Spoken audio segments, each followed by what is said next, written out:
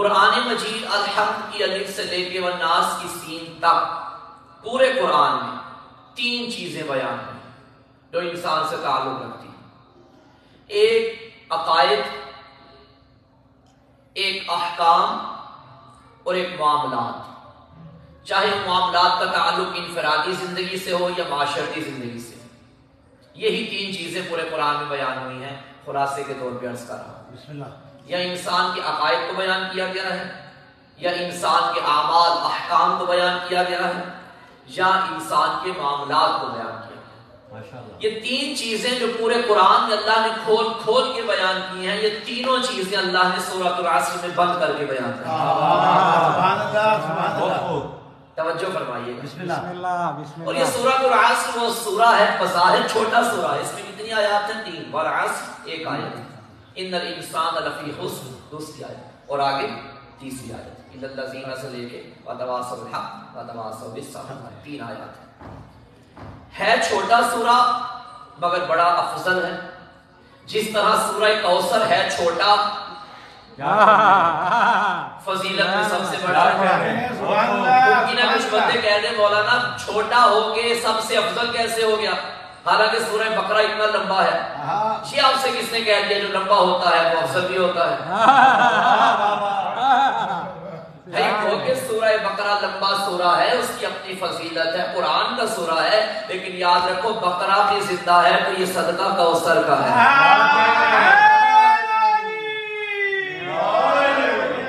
سورہ بقرہ بھی آج موجود ہے تو یہ سورہ کوثر کا چھوٹا سا مختصر سا سورہ ہے، لیکن اپنی جگہ کیا فضیلت ہے کہ پورے قرآن کا محافظ سورہ کوثر ہے.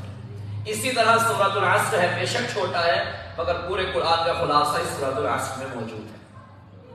اور امام جعفر صادق علیہ السلام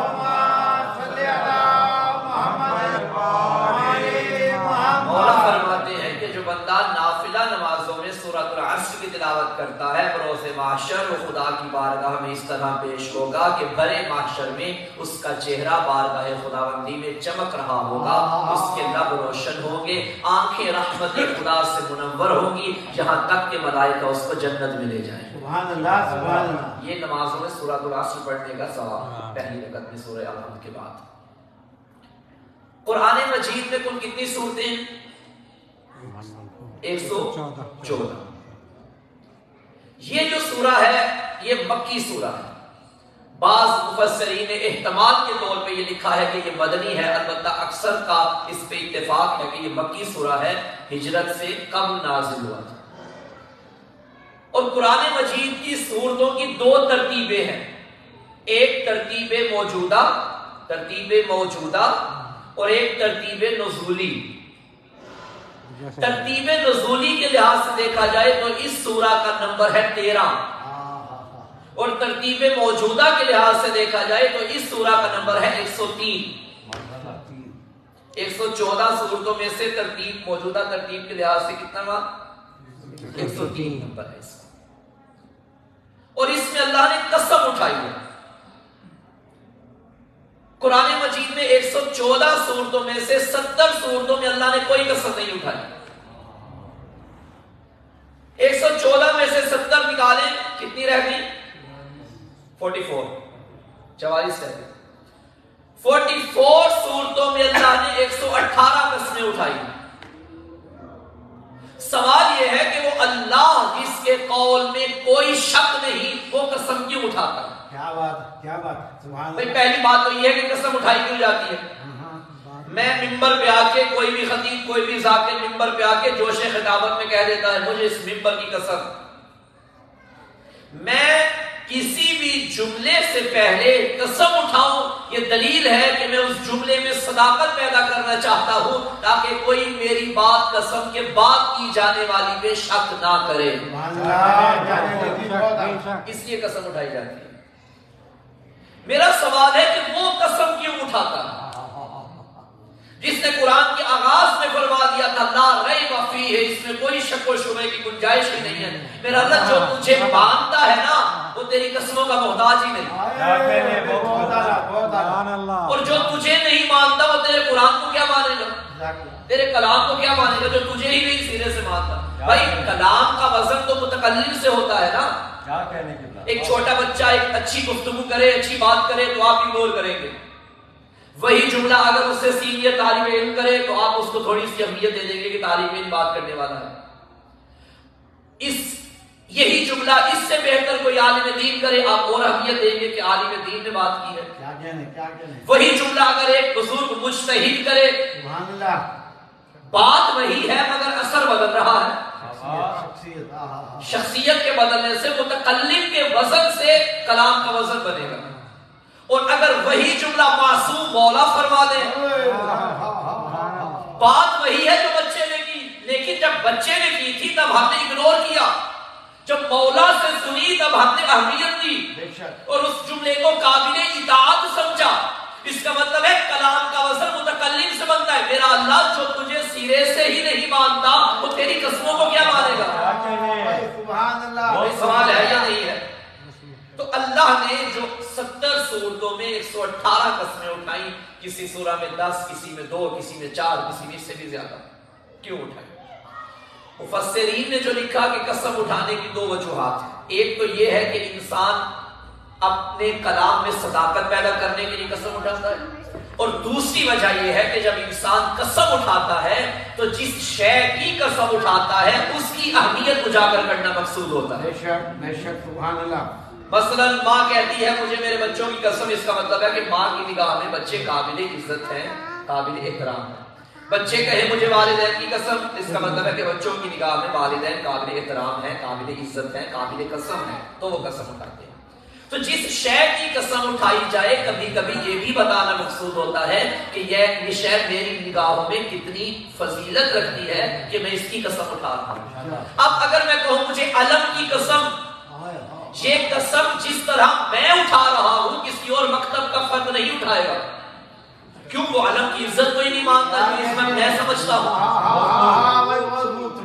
توجہ ہے. مجھے منبر کی قسم, اس منبر کو میں لکڑی کا بنا ہوا فرنیچر سمجھ کے اس کی قسم نہیں اٹھا رہا, بلکہ اس کی قسم شبیہ منبر رسول سمجھ کے اٹھا رہا. تو جب قسم اٹھائی جاتی ہے تو یقیناً اس کی اہمیت کو بھی اجاگر کرنا مقصود ہوتا ہے کہ جس کی قسم اٹھائی جاتی ہے. یہ 2 وجوہات ہیں قسم اٹھانے کی. پہلی وجہ تو یہاں کراس ہو گیا, اللہ کو اپنے کلام میں وزن پیدا کرنے کے لیے قسمیں اٹھانے کی ضرورت نہیں ہے, بلکہ وہ اتنا سچا ہے کہ اس کا ایک نبی صادق ہوتا ہے, ایک امام صادق ملتا ہے. توجہ ہے. تو اللہ قسمیں اٹھانے کا محتاج نہیں, وہ قسم نہ بھی اٹھائے پھر بھی اس کا کلام سچا ہے, وہ قسم اٹھائے پھر بھی اس کا کلام سچا ہے. لیکن جس کی وہ قسم اٹھاتا ہے یہ طے ہو گیا کہ وہ اللہ کی نگاہ میں بڑی عزت رکھتی ہے. اب مجھے نہیں پتا وہ کیوں فرماتا تھا مجھے علی کی سواری کے سموں سے نکلنے والی چنگاریوں کی قسم. اب مجھے یہ بتائیے پوری کائنات عبادتیں کرتی رہے, ہم سجدوں پہ سجدے کریں, روزے رکھ رہے ہیں, شب زندہ دار ہو, عبادتوں پہ عبادتیں کریں, کیا اس قابل بن جائیں گے کہ اللہ قرآن میں ہماری قسم اٹھائے؟ نہیں. تو بھائی جب ہم مل کے بھی سجدے پہ سجدے کر کے بھی علی کی سواری کے سموں سے نکلنے والی چنگاری کی برابری نہیں کر سکتے, تو علی کی برابری کیسے کرتے پہ آ گیا؟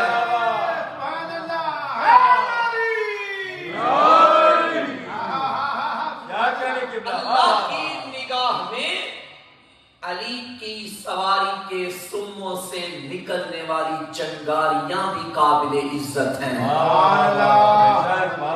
جس کی سواری کے سموں سے نکلنے والی چنگاریوں کا یہ مقام ہو, اس سوار کا کیا مقام ہو؟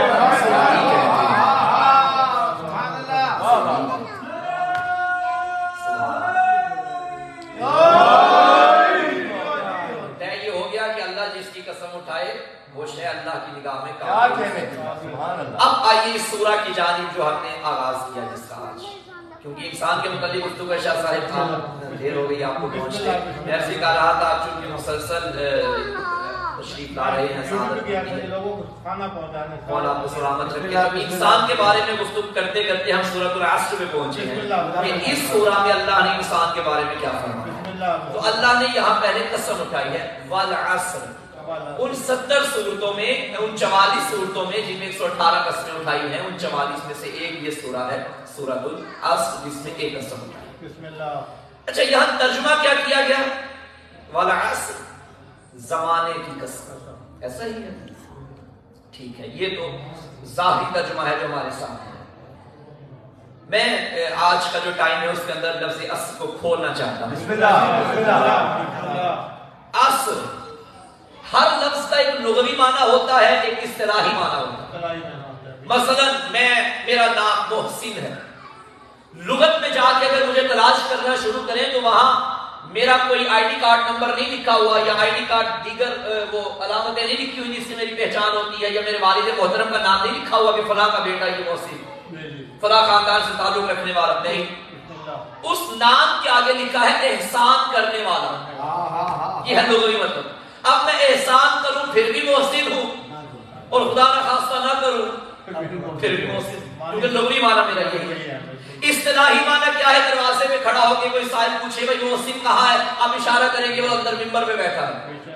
اب جب لفظ محسن آیا تو اس سے مراد سر سے لے کے پاؤں تک میرا وجود ہے، یہ اصطلاحی معنی ہے میرا وجود، اور جو ڈکشنری میں لکھا ہے وہ لغوی معنی ہے۔ ہر لفظ کا ایک لغوی معنی، ایک اصطلاحی معنی۔ چلو میں ایک جملہ عرض کروں، نام علی، لفظ علی کا مطلب کیا ہے لغت میں؟ بلند، اعلیٰ، ٹھیک ہے۔ جب میرے والد محترم نے میرا نام محسن رکھا تھا، وہ نہیں جانتے تھے کہ بڑا ہو کے یہ احسان بھی کرے گا یا نہیں، لیکن وہ اتنا جانتے تھے کہ اسم کا مسمہ پہ اثر ہوتا ہے۔ ہم نام محسن رکھیں گے، ممکن ہے اچھائی اس میں بھی آ جائے مسمہ کے اندر بھی، تو انہوں نے اس حسن ظن کو سامنے رکھتے ہوئے میرا نام محسن رکھ دیا۔ اب اگر میں بالفرض احسان نہ کروں تو کوئی میرے باپ پہ گلہ نہیں کر سکتا کہ آپ نے نام کیوں رکھا، وہ کہیں گے بھائی میرے پاس تو علم غیب ہی نہیں تھا، مجھے خاک معلوم تھا کہ بڑا ہو کے یہ احسان نہیں کرے گا، میں نے تو حسن ظن کرتے ہوئے نام محسن رکھ دیا۔ جو لوگ ایمان ابو طالب کو نہیں مانتے وہ علم ابو طالب کو خاک مانیں گے۔ اللہ نے ابو طالب کو اختیار نہیں دیا کہ وہ بیٹے کا نام رکھے، اگر ابو طالب نام علی رکھ لیتے تو لوگ کہہ سکتے تھے ابو طالب کے پاس علم غیب نہیں تھا، ابو طالب نے تو نام علی رکھا مگر علی کا نکلا۔ لیکن 13 رجب جب علی اس کے گھر میں آیا اور 3 دن کے بعد آغوش ابو طالب میں آیا تو ابو طالب نے ہاتھوں میں یہی بچہ اٹھا کے اسی سے سوال کیا، اور یقین کریں جس وزن پہ ابو طالب کے اشعار تھے اسی وزن پہ اللہ کا جواب آیا۔ میں ذمہ داری سے پڑھ رہا ہوں، ہاتھوں پہ علی اٹھا کے ابو طالب نے دیا یا رب ذل غصب الدجی والقمر المبتلج المزید بین ترا من حکمک المزید ماذا ترا فی اسم ھذا الصبی۔ اللہ نے جبریل کو بھیجا، تختی پہ لکھا تھا خصیص تو ما بالولد زکی والطاہر المنتجب الرزی فاسمہ من شام غیر علی علی اشتق من العلی۔ اے ابو طالب، ہم نے جو تجھے بیٹا دیا ہے یہ طیب بھی ہے، طاہر بھی ہے، مجتبی بھی ہے، مرتضی بھی ہے، ہم علی الاعلیٰ ہیں، تیرے بیٹے کو بھی علی بنا دیا ہے۔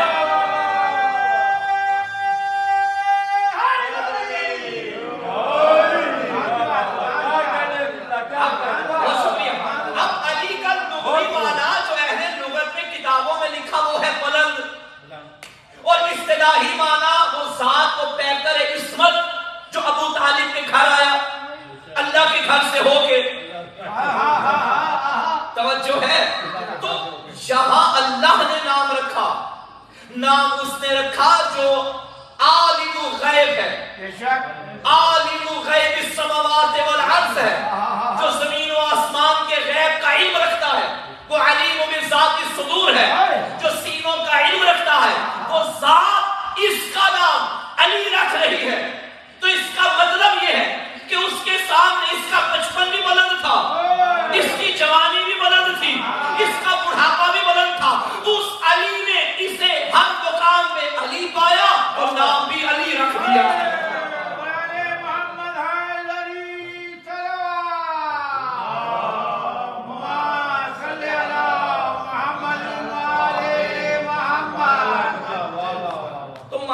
ہوا کہ جب انسان کوئی نام رکھتا ہے تو ممکن ہے لغت اور اصطلاح میں ایک دوسرے سے الٹ ہو جائیں، برعکس ہو جائیں، متضاد ہو جائیں، لیکن جب اللہ نام رکھتا ہے تو جو لغوی معنی بنتا ہے وہی اصطلاحی معنی بنتا ہے۔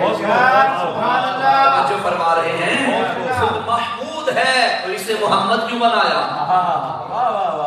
بھائی محمود کا حامد کہتے ہیں حمد کرنے والے، فاعل کے وزن پہ حامد، محمود مفعول کے وزن پہ ہے جس کی حمد کی جائے یا جس کی تعریف کی جائے اسے کہتے ہیں محمود، اور محمد کہتے ہیں جس کی بہت زیادہ تعریفیں کی جائیں۔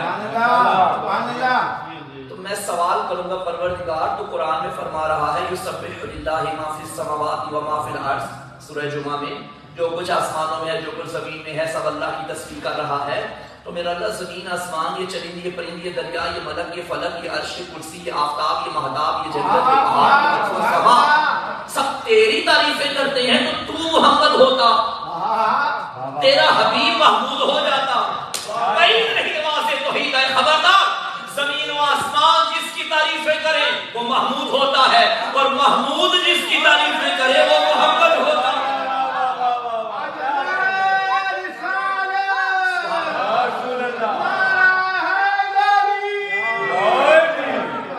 جب وہ نام رکھتا ہے واقعہ اس کا معنی موجود ہوتا ہے۔ علی رکھا ہے تو نام علی کی بلندیاں علی میں نظر آئیں تو نام علی رکھا۔ تو عرض میں کہہ رہا تھا قرآن مجید بھی چونکہ ایک ایک لفظ ایک ایک حرف حکمت کا خزینہ ہے، علم کا مدینہ۔ اب سورۃ العصر میں جو فرمایا ہے والعصر، مجھے زمانے کی قسم، اب یہ عصر سے مراد کیا ہے، اس کا لغوی معنی کیا ہے اور اس کا اصطلاحی معنی کیا ہے؟ لغوی معنی عصر عصیر، عصیر عصر ایک ہی مادے سے ہے۔ عصر نچوڑ کے معنی میں آتا ہے، عصیر۔ آپ مثلا جہاں کوئی بھی عربی شاپ سے عربی مارکیٹ سے کوئی شیک خریدیں کوئی بھی جوس خریدیں، آپ نے شاید یہاں کا نہیں معلوم، البتہ پاکستان میں میں نے یہ دیکھا ہے کہ وہاں اس بوٹل کے اوپر لکھا ہوتا ہے عصیر، عین سواد یہ رہے عصیر۔ یہ عصیر جو لکھا ہوا ہے یہ بتاتا ہے کہ یہ جو آپ کے ہاتھ میں بوٹل ہے یہ نچوڑ ہے کسی پھل کا۔ ماشاءاللہ، سمجھ آ گئی؟ بھئی ایپل کا جوس آپ نے لینا ہو تو یہ سیب کا نچوڑ ہے پانی کی شکل میں جو آپ کے ہاتھ میں موجود ہے۔ عصر کہتے ہیں نچوڑ۔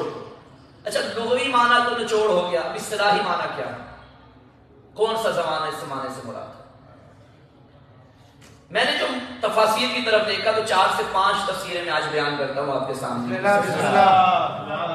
بعض مفسرین نے لکھا کہ اس عصر سے مراد، اس زمانے سے مراد اعلان رسالت کے بعد کا زمانہ ہے جو اعلان ابو طالب کے گھر میں محمد نے کیا تھا۔ ایک یہ تفسیر۔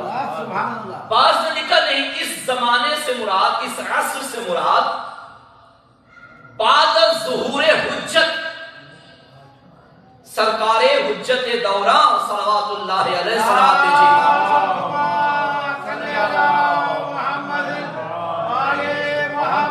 آقا کے ظہور کے بعد کا جو زمانہ آئے گا وہ مراد ہے اس عصر سے۔ بعض نے لکھا نہیں، اس عصر سے مراد وقت نماز عصر ہے جو قبل از مغرب آتا ہے، یہ مراد ہے۔ بعض نے لکھا نہیں، اس عصر سے مراد وقت عصر عاشور 61 ہجری کا وہ زمانہ مراد ہے۔ بہرحال کوئی بھی ہو، اگر ہم نچوڑ دیکھیں ان زمانوں میں تو ہر زمانے میں کوئی نہ کوئی نچوڑ سامنے آ جاتا ہے۔ اگر ہم کہیں کہ پیغمبر کے اعلان رسالت کے بعد کا زمانہ تو آدم سے خاتم تک سارے نبیوں کی محنت کا نچوڑ محمد کے دور میں سامنے اور اگر ہم کہیں کہ آقا کے ظہور کے بعد کا زمانہ آدم سے قیامت تک کے کھرے کھوٹے نکھر کے آقا کی حکومت میں سامنے آئیں گے، یہ بھی نچوڑ ہے پوری انسانیت کا۔ اور اگر ہم کہیں کہ نہیں، وقت نماز عصر یہ جو ظہر کے بعد اور مغرب سے پہلے آتا ہے یہ مراد ہے، تو آپ دیکھ لیجئے سارا دن انسان مزدوری کرتا ہے، یہی وہ وقت ہوتا ہے جب اس کے ہاتھ میں 4 پیسے آتے ہیں، یہ جو اس کے ہاتھ میں آیا نا یہ نچوڑ ہے پورے دن کی محنت کا۔ بے شک سبحان اللہ سبحان اللہ جی بہت ہو دن کا نچوڑ اس وقت میں سامنے آتا ہے، نچوڑ۔ بہت اور اگر ہم کہیں کہ نہیں اس عصر سے مراد وقت عصر عاشور ہے تو خدا کی قسم اس سے بہتر تفسیر ہی کوئی نہیں ہو سکتی۔ ایک طرف آدم کا نچوڑ، ایک طرف ابلیس کا نچوڑ، ایک طرف موسیٰ کی محنت کا وارث، ایک طرف فرعون کا نچوڑ، ایک طرف ابراہیم کے محنت کا وارث، ایک طرف نمرود کا نچوڑ، ایک طرف مصطفیٰ کا وارث، ایک طرف ابو جہل کا نچوڑ، ایک طرف علی کا وارث، وہاں بھی نچوڑ آ گیا، ادھر حسن کا وارث، ادھر بھی نچوڑ آ گیا، ادھر نبیوں کا وارث بن کے حسین آیا، ادھر شیطانوں کا وارث بن کے یزید آیا۔